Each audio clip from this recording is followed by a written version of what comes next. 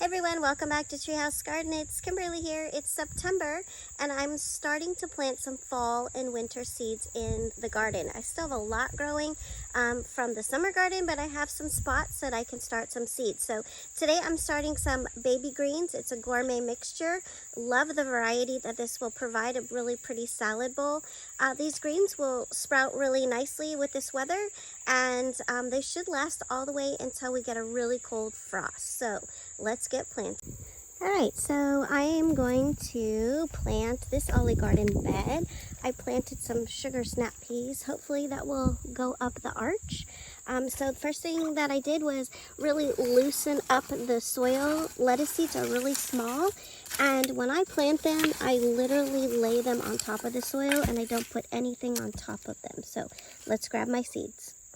All right, so these are the seeds. They're pretty darn small, and all I'm gonna do is sprinkle them willy-nilly in the bed, probably way more than I need, and then I'm gonna water them in and watch them grow.